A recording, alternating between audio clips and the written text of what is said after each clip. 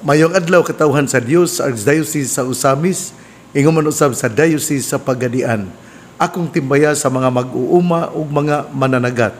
Ako pong pasalamat sa mga nahimo sa atong mga ace principals, priests and priests directors nga gamiting dito sa Baliangaw sa Esperanza Beach Resort niadtong Agosto 9, 2024, Biyernes, niadtong miaging semana. Unya kini pod pasalamat sa celebration sa paggraduar ni Dr. Ray Gumisad, isip Doctor of Philosophy. Unya siya nahimo usab nga karon nga head sa research center dinha sa Sacred Heart College of Calamba Incorporated.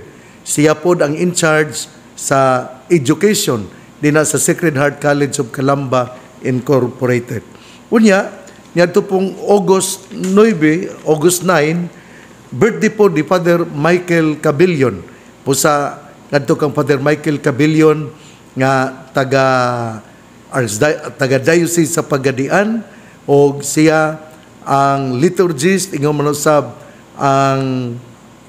ang chancellor o karon pod parish priest sa Saka, sa Immaculate Conception Quasay Parish dinha sa Saka. Pusa Father Michael Cabillon, belated happy birthday. Ngadto pod ni Paing Galion nga nag-birthday niya atong Sabado, August 10. O ingon man usab ako nga pasalamat sa ato nga kura paroko dinha sa Clarin, sa Holy Child Parish, Clarin, Misamis Occidental. Salamat ni Father Fred. O didto pod ngadto pong adto daing Biyernes pod dunay gapundok dinhi sa Archdiocese sa Usamis, kay doon na may gihimo nga survey, Lights and Shadows, nga gipanguluhan sa Research Center sa University of Santo Tomas sa Manila, o gipanguluhan usab ni Father Vladimir busa ngadto sa mga miapil gikan sa Marawi, Iligan, Pagadian, Dipolog, Usamis, o sa uban pa nga mga misalmot sa mao nga kining survey sa Lights and Shadows of respective dioceses, kay kadto usaman ka doping activity. O niadto pong nga Sabado ang pundok pod sa Deanery of St. Luke, ang mga katawhan nga mga 182 gahimo sa symposium dito sa Tudela bahin sa Year of Prayer, Jubilee Year, ug sa taliabot nga 75th anniversary sa local church of Usamis. Ingon man usab ako pong pasalamat di ay nila ni Terry Boyno de Leon, ni Merelo Boyno Ortega, ni Ana Carmen Boyno, ni Cheche Boyno, ni Nitz Caroro, o ni Adelaida Clarin. So ninyong tanan nga taga Balyangaw ni sila, salamat kaayo. Labi na gayod ni adtong nitabang yun ni sila, kunya waman ako ma-mention ni adtong Martes sa miaging semana, Agosto 6, panahon sa kapistahan sa pagsaulog sa piyesta sa mga kaparian sa Archdiocese sa Usamis, dito yapon sa Balyangaw nga amao si St. John Meriviani, o mi abi-abi gayod sila si Terry Boyno de Leon, Merelo Boyno Ortega, si Ana Carmen Boyno, si Cheche Boyno, si Nitz Caroro, si Adelaida Clarin. Ingon man usab ang atong kusinera dinha sa parokya sa Our Lady of Mount Carmel. Ako pong pasalamat ni Sir Maiko Jangka o ni Dr. Ray Gumisad.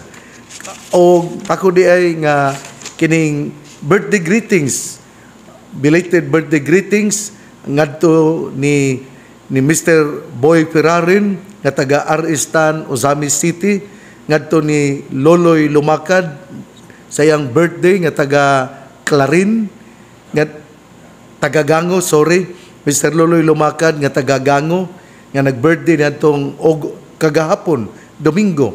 Ug ingon man usab ako pod nga pasalamat sa mga madre sa Poor Clare Sisters sa Josefina. Daghan gyud kaayo ang nanimba, daghan gyud kaayo ang mga pilgrims, daghan gyud kaayo ang mga matuohon busa ngadto sa mga Poor Clare Sisters of Josefina, Zamboanga del Sur nga gipanguluhan ni Mother Rita.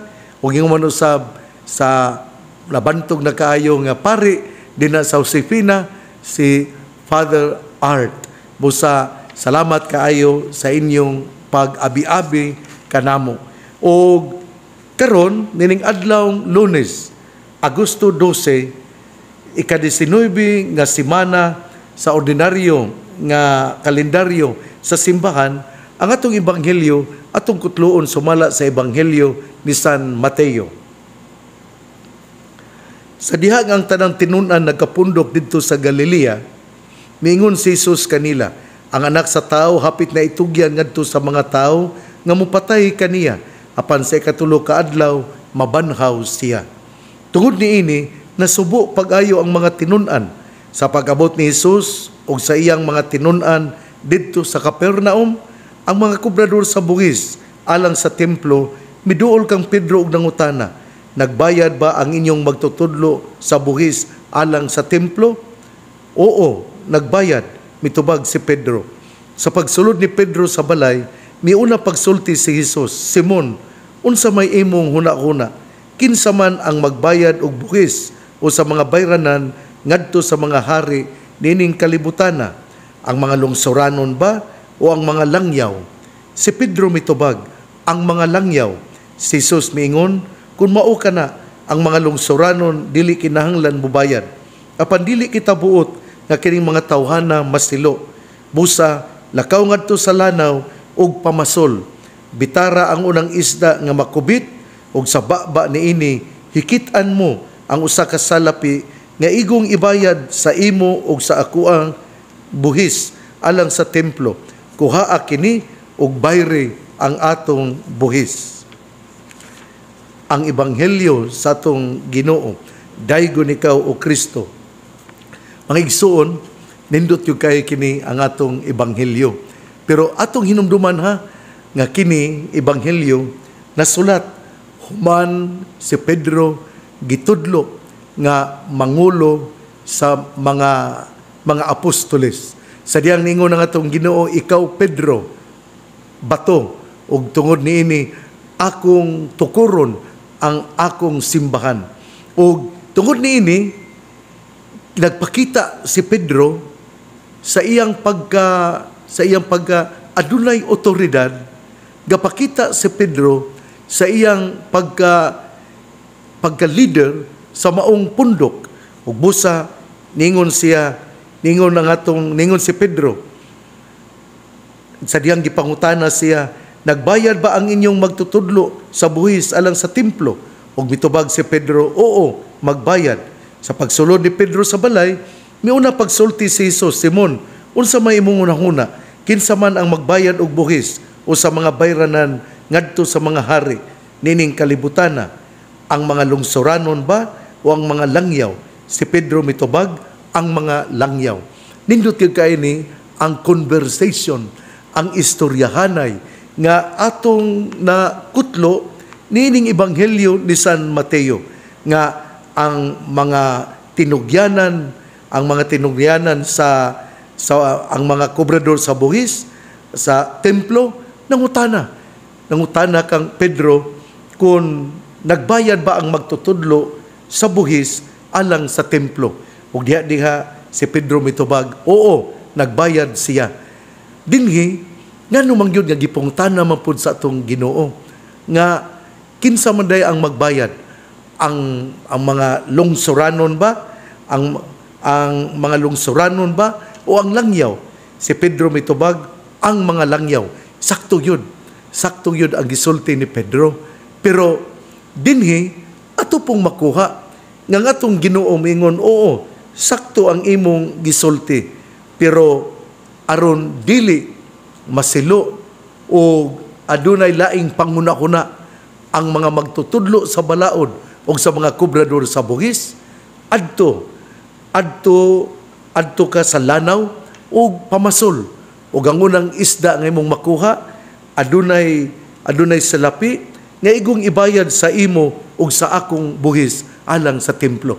Timan iha na si Pedro mingon ang mubayad sa buhis mao ra gayud ang mga langyaw. O mingon nga atong Ginoo, oo, husto ka. Pero aron dili masilo, aron dili maskandalize ang mga kubrador sa buhis, kuha adto sa lanaw, unya makakubit ka og isda, o didto sa baba sa mong isda, adunay salapi nga igong ibayad alang sa imong buhis ug sa akong buhis. Bayre ang atong buhis. Sa gisulti na sa atong Ginoo, aron dili masilo ug aron dili maskandalize. Nindot kay ning pagtulon ana kay kini gapakita nga Jesus is very obedient to the law of Moses. Nga si Jesus dunag yoy baruganan kay siya nakahibalo unsa man ang balaod ni Moises. Ug dinhi ato gyud dayon nga mabantayan nga ang atong Ginoo dili gyud supak sa mga patakaran sa gobyerno basta kini mo resulta og maayo. Dili na pud ang mao ang kanang diborsyo. Dili na pud mo sugot ana ang Ginoo. Kaya ang Ginoo mismo miingon man nga unsay iyang nahiusa dili na pagabulagon sa tao. Mao na nga divorce is never accepted by the Roman Catholic Church because divorce will only heighten and will only create more problems between the husband and wife and the children. Di ba kanaghanan yun sa mag-antos niya ng diborsyo? Maumang yun ang mga anak. Tingali ang asawag bana nga nagkabulag na tungod sa diborsyo, sila maka-move on man. Kay dagko naman sila. Pero ang mga anak, maoy magdala sa mabugat nga problema tungod kay dili ni sila makadawat. Naginanglan biya ang mga anak pa o kining gitawag o kining father image o mother image. Nakinanglan pa sila og matuto og paghatag sa gikan sa mga ginikanan. Usbon ko si Jesus mi sulti kang Pedro nga sila mubayad gayod sa buhis. Ikaw nga namati nako karon. Naningkamot ka ba nga mubayad sa buhis? Nga naiubano nga manikas lang yun sa buhis. Di biya na maayo? Kanang laruhon lang yun. Dayon ang uban, moingon mo yun nga, ang gobyerno lang, ang kining mga tao nga nasa opisina, kay ila lang nang ibulsa ang mga bayad na to sa buhis. Kung maayo lang yun unta, ang mudala o walay korupsyon, nindot yun unta kayo ang nasod nga Pilipinas. Pero tungod sa korupsyon, nga naahapit sa kada opisina, na dili yun maayo. Ikaw nga namati nako karon nga anaa sa mga nagkalain-lain nga opisina, nindot unta kayo nga imog yung ipatigbabaw ang delikadesa, nga imog yung puy-an unta nga no to corruption. Pero kining balik ta sa ebanghelyo, ang ato nga ebanghelyo karon buot lang yun nga mo sulti bahin sa obligasyon sa buhis.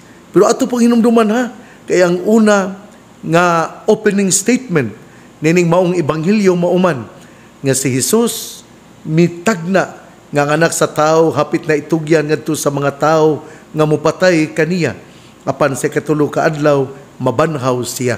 Dinhi gipanagna na usab sa atong Ginoo ang iyang taliabot nga kamatayon. Pero wala gyud ni, wala kini supaka sa mga apostoles tungod kay sa pag-abot ni Jesus didto sa Capernaum, ang mga kubrador sa buhis mo may misugat sa mga apostoles ug mingon, nagbayad ba ang inyong agalon? Nagbayad ba ang inyong magtutudlo sa buhis alang sa templo? o ningon sila, oo, nagbayad. Kung mobalik yun tano, nga naman nga atong Ginoo, mingon man nga, kinahanglan yun, nga atong suportahan ang gobyerno. Nga naman yun, nga ningon man siya, nga mubayad yun kita sa alang sa gobyerno. Tungod kay natugong panahon na, mo na may gitawag o kinibitang ang gobyerno, mo po'y gapadagan sa mga panghitabo sa katilingban. Pero karon doon na may separation of church and state. Pero kung mabalik ta, diri sa ato nga ebanghelyo karon, si Jesus, okay yun nga mubayad sa templo tungod kay nga naman, ang templo nagkinahanglan man sa atong suporta. Ang templo nagkinahanglan man sa mga pamaagi aron mo padayon ang templo. Mao po ni sa simbahan. Importante kaayo nga kita doon na gyud tay ipaambit dili lang pag-ampo kundi mga ginagmay nga pamaagi sa pinansyal. Importante kaayo nga kita makatabang sa simbahan. Permi ako nang ibalik-balik ba ang mga tao nga dili gustong mutabang, ayaw ninyo pangayo kaya ang Ginoo ra may maningil niya. Pero kada bitong kusog kaayo nga mudaot sa pari, sa obispo, kusog kayong mudaot sa mga madre, kusog kayong mudaot sa kura paroko, ayaw lang na ninyo siya duula. Ayaw lang siya o pangayo Importante nga kadtong nakasabot or kadtong mga taong pasabton pero namangyoy uban nga dili gyud mo sabot. Pero dinhi sa atong ebanghelyo karon giklaro gyud ni Jesus nga doon na kitay moral obligation to support the temple, to support the church. Mao na nga ato gyud nga suportahan ang simbahan. Ato klaro-klaro lang yun yung ato kana bitaw ang mga pari kinanglan mapud nga mukaon. Ang mga pari kinanglan mapud nga dunay sinina. Ang mga pari kinanglan mapud nga kining dili pud baho ang kun ang pari bahog ilok na ganahan baka musimba, kun ang pari bahog baba na ganahan pa ka nga mukuan kila doon na yung toiletries pod. Ako klaro-klaro lang ni ako lang ning isulti ba para kamo mahibalo nga nakilanan po og allowance ang mga pari. Muna nga atong suportahan naman po'y suga ang ato ng matayngkyong muelsi nga na po'y tubig ang ato ng matayngkyo ang kining muwad dili mo yun muna nga kinanglan atong suportahan ang simbahan atong suportahan aron makaserbisyo ang mga kaparian sigon sa atong gipangayo o gipangita. Muna nga si Jesus natudlo gyud kanato nga kita muhalad ug mualagad sa templo, muhalad ug mualagad sa simbahan. Pasaylo ako kung kining straightforward ang akong pagsulti, pero dili ni nagpasabot nga hingwartar pud kayo tayo. Dili kun kanamingon ka nga bunyag bayad, patay bayad kining kuan hangyuan niyo ang pari.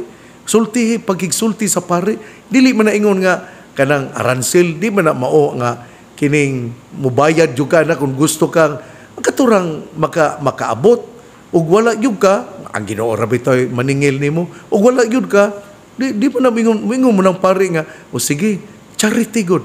Charity is the number one virtue that each and everyone must possess, that we become charitable. Muna nga ayaw guna-guna nga kining kada sakramento dunay price tag kundili atong huna-hunaon nga kita andam nga mutabang ug mutambayayong sa mga panginahanglan sa simbahan kay daghan man tag kining tabangonon ang ato paambit lang aron bisag unsa kagamay sa ipaambit basta kinasing-kasing mudala gyud ni nato ngadto sa langit. Usbon ko una ang ebanghelyo karon gahisgot gahimo sa usa ka prediction gahatag sa taliabot nga panghitabo sa atong Ginoo nga anak sa tao itugyan sa mga tao nga mupatay kaniya apan sa katulo ka adlaw mabanhaw siya.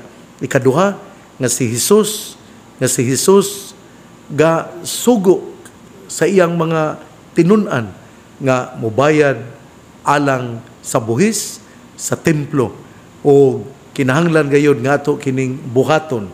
Unya ang kini pong obedience ni Pedro atong hinumduman ha sa simbahan. Ang obedience importante yun kaayo.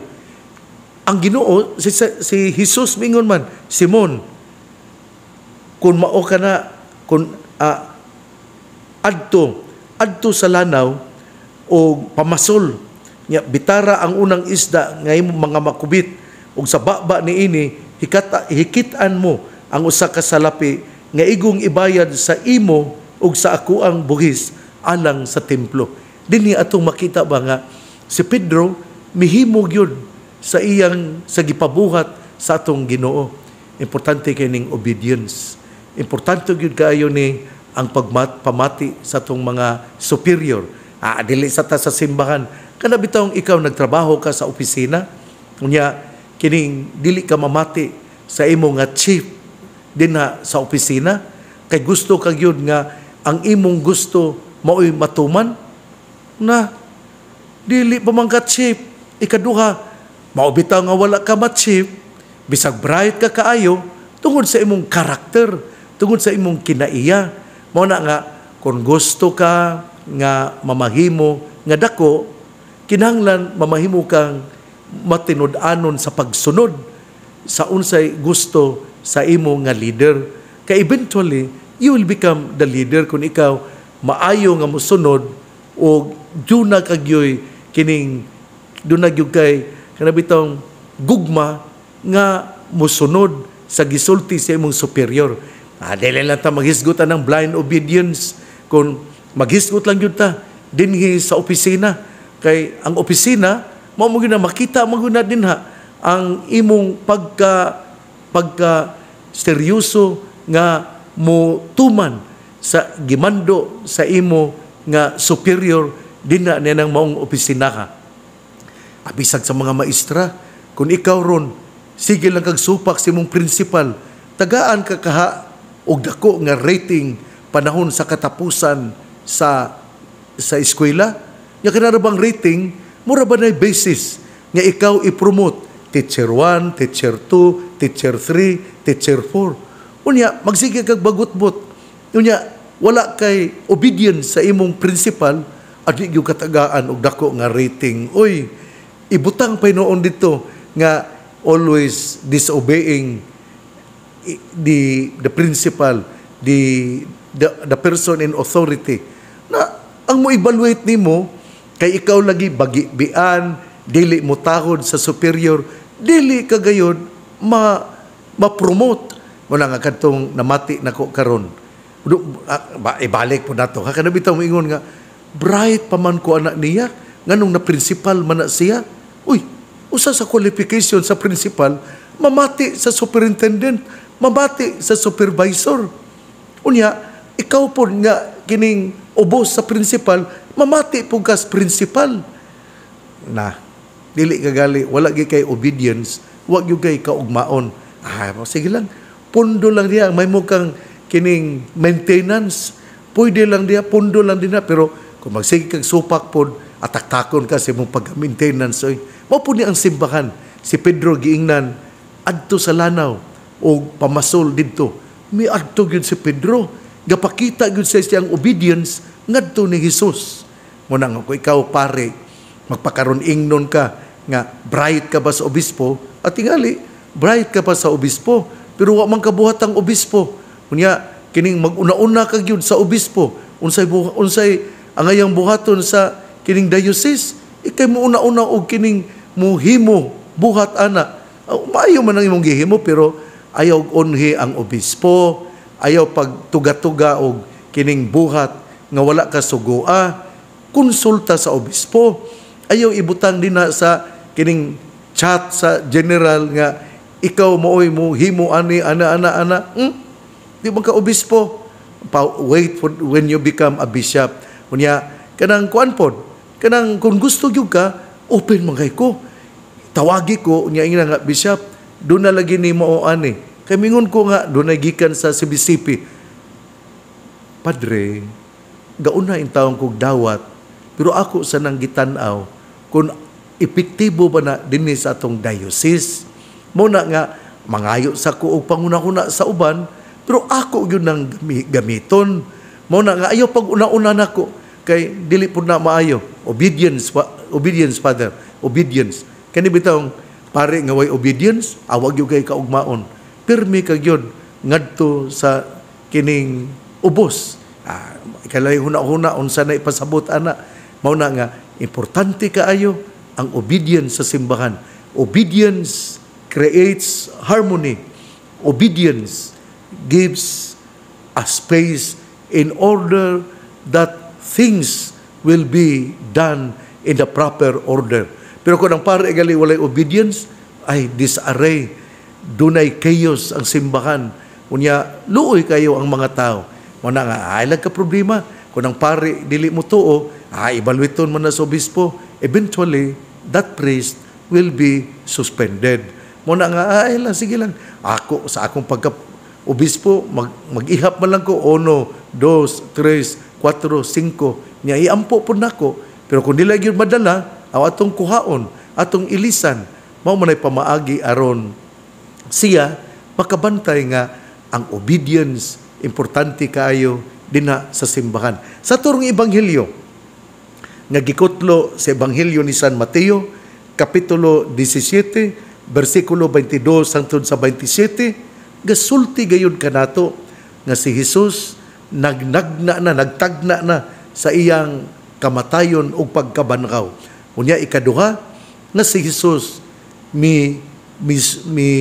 mihatag yun o usa ka kining kuna miuyon siya sa gisulti ni Pedro nga ang tao kinahanglan gayud nga mobayad sa buhis. O sa ikatulo ang obedience ni Pedro, din siya giingnan lakaw pamasol ug ang unang makuha nimo nga isda dunay kwarta nga igong ibayad sa imong buhis ug igo usab alang kanako. Sa to pa diay si Jesus did not go against paying the temple tax. Ang tungod kay for him there is a need to sustain and upkeep the temple. Ug mao pod ni sa atong kapanahunan karon, utabang ta atong iampo ang simbahan, ato pod nga tabangan ang simbahan. Igsuon ang mayong balita nga mong pulong ni Jesus, ang ayang pamation, pamalandungan ug paningkamutan nga mapuy-an. Bulakan ang tao nga namati sa pulong sa Ginoo, sama sa kahoy nga gitanom, daplin sa usa ka sapa, kansang dahon dili gayud malaya. Tempo sa timbunga, siya mamunga. Ako una nga congratulations sa bag-o nga gi-install nga parish administrator dinha sa Nabalan si Father Ramel Ganob. Ingman usab dinha sa Kwasay Parish sa Kagawasan dinha sa Pagadian City, si Father Ray Mutya. Salamat kay ninyo mga kaparian sa Pagadian, sa Diocese sa Pagadian. Salamat sa inyong pagkiglambigit o pagtabang kanako og pagsunod isip inyong obispo, apostolic administrator dinha sa Diocese sa Pagadian. Og ako po ding ipahibalo nga ugma Martes ay dili di ay karon di ay Lunes di ay manlakaw dita Manuel og Father Darrell Rosales mangadto dita sa Cagayan de Oro aron mo attend sa usa ka meeting alang sa mga radio stations managers o kining CEO, pero apil lang Manuel kay ikaw gikinahanglan yun. Dunay meeting nga gitawag ni Father Lucas busa moadto kita katong mga dunay radio nga mga diocese nga ania sa Mindanao ang atong meeting karong adlaw Lunes pitsa 12 alas 10 sa buntag. Muna nga kining tape na lang na yung akong ipadala kay manlakaw gumig sayo kami si Manuel busa kining Manuel o Father Daryl Rosales. O salamat po ni Louie Rodinas nga mo'y mudala ka namo ngadto sa Archdiocese of Cagayan de Oro sa bishops, archbishops residence diin ang among meeting pagatambungan sa mga radio station managers o CEO ingon usab sa adunay kalambigitan dinha sa radio station o duna utatay 12 ka radio stations dinhi sa tibuok Mindanao nga Catholic radio stations, pero ang mipakita nga sila mo attender 7 ka buok. Ang uban di ay nga mga radio stations sa Mindanao nasira di ay sama sa Zamboanga City, gisira nila tungod sa mga kakulian. Busa uban pa nga mga radio stations. Usbon ko, salamat kaayo sa inyong pagtabang sa danag sa dakbayan sa DXDD. Atong iampo ang DXDD ug ato pong tabangan pinagi sa tong pag-sponsor.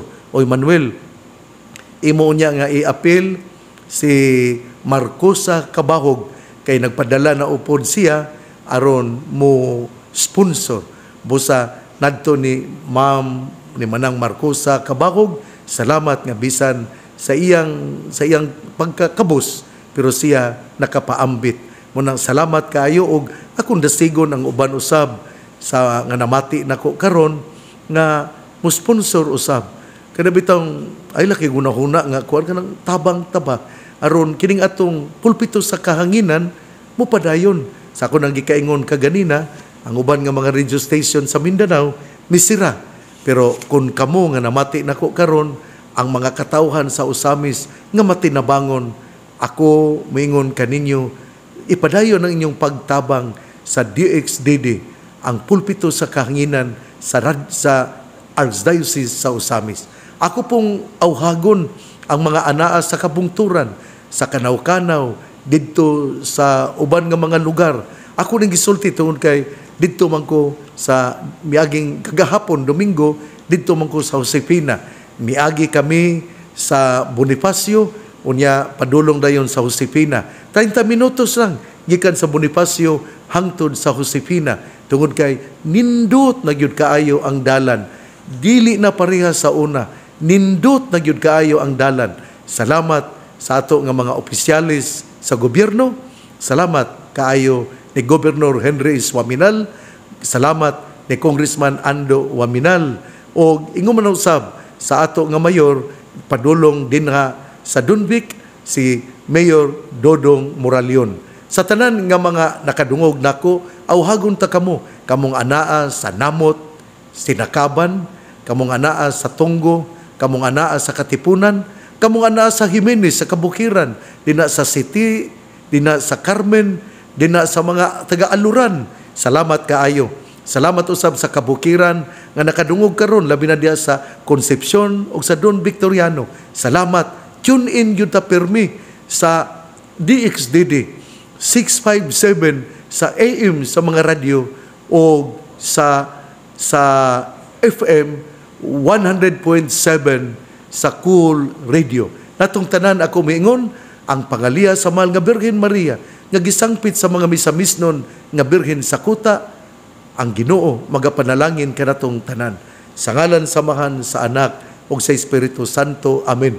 Dulhog kita ug mudagkot og kandila sa ato nga shrine dinha sa kuta ug atong iampo ang atong mga mahal sa kinabuhi labi na gayud sa mga tao nga nagkinahanglan sa atong pangamuyo. God bless, mabuhay tayong lahat.